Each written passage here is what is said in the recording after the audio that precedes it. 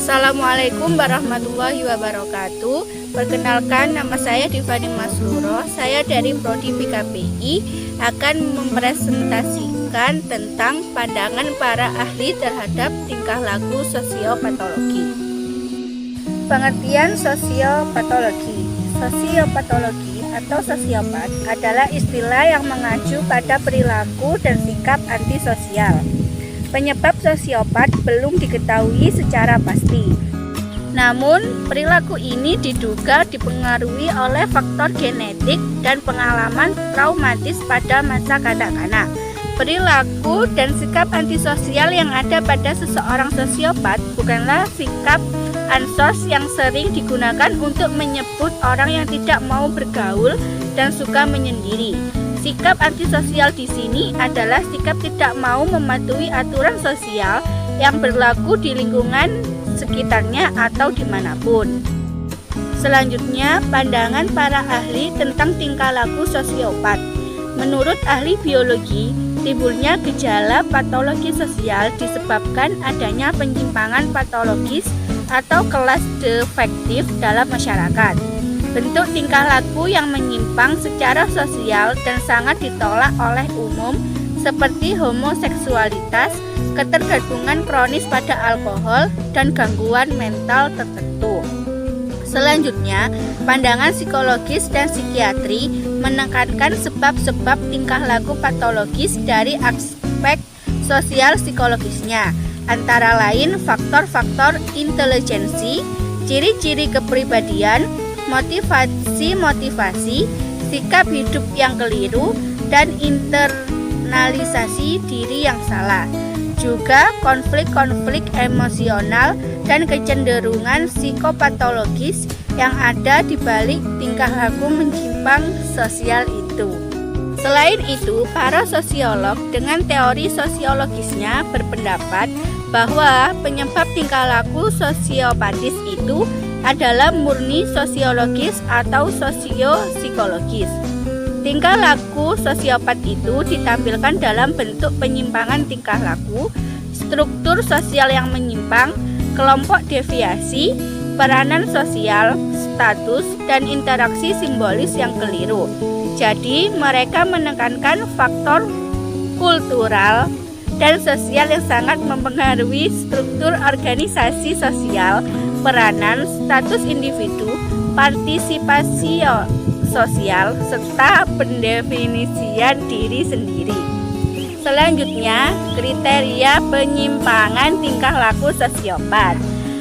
Penyimpangan tingkah laku itu merupakan produk atau akibat dari konflik-konflik sosial dan konflik internal atau pribadi, serta ditampilkan keluar dalam bentuk disorganisasi pribadi maupun disorganisasi sosial. Tingkah laku sosiopat itu merupakan bentuk penyimpangan yang jelas ditolak oleh kebanyakan anggota masyarakat. Muncullah reaksi-reaksi masyarakat terhadap tingkah laku yang menyimpang dalam bentuk penerimaan sampai penolakan yang hebat. Penolakan tersebut sangat bergantung pada tingkat penampakan dari penyimpangan tingkah laku. Larangan dan pembatasan tersebut bergantung pada status, peranan, pendefinisian diri, dan penampakan yang jelas dari tingkah laku menyimpang mereka. Tingkah laku sosiopat dapat diselidiki melalui pendekatan-pendekatan berikut. Yang pertama, pendekatan biologis, dan yang kedua, pendekatan psikologis dan psikiatris. Yang selanjutnya adalah deviasi tingkah laku.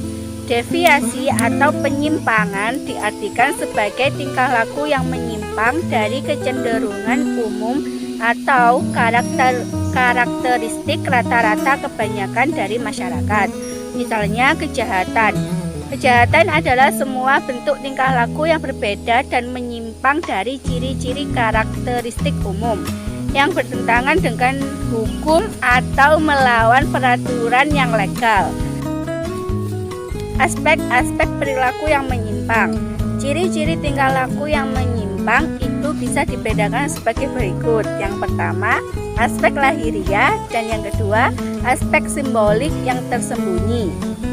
Dan yang terakhir yaitu macam-macam deviasi tingkah laku dan lingkungannya. Yang pertama, deviasi individual, yaitu deviasi yang berasal dari gejala personal, pribadi atau individual yang ditimbulkan oleh ciri-ciri khas yang unik individu itu sendiri, yaitu berasal dari anomali-anomali, variasi biologis, dan kelainan psikis tertentu yang sifatnya herediter ada sejak lahir. Yang kedua, deviasi situasional, yaitu disebabkan oleh pengaruh bermacam-macam kekuatan situasional atau sosial di luar individu, serta pengaruh situasi yang membuat pribadi yang bersangkutan menjadi bagian integralnya. Situasi tadi memberikan pengaruh yang memaksa sehingga individu tersebut terpaksa melanggar peraturan dan norma-norma umum atau hukum formal. Dan yang ketiga yaitu deviasi sistematis, yaitu subkultur atau satu sistem tingkah laku yang disertai organisasi sosial khusus, status formal, peranan, nilai-nilai, rasa kebanggaan, norma, dan moral tertentu yang semuanya berbeda dengan situasi umum. Itulah sedikit presentasi dari saya, kurang lebihnya mohon maaf. Wassalamualaikum warahmatullahi wabarakatuh.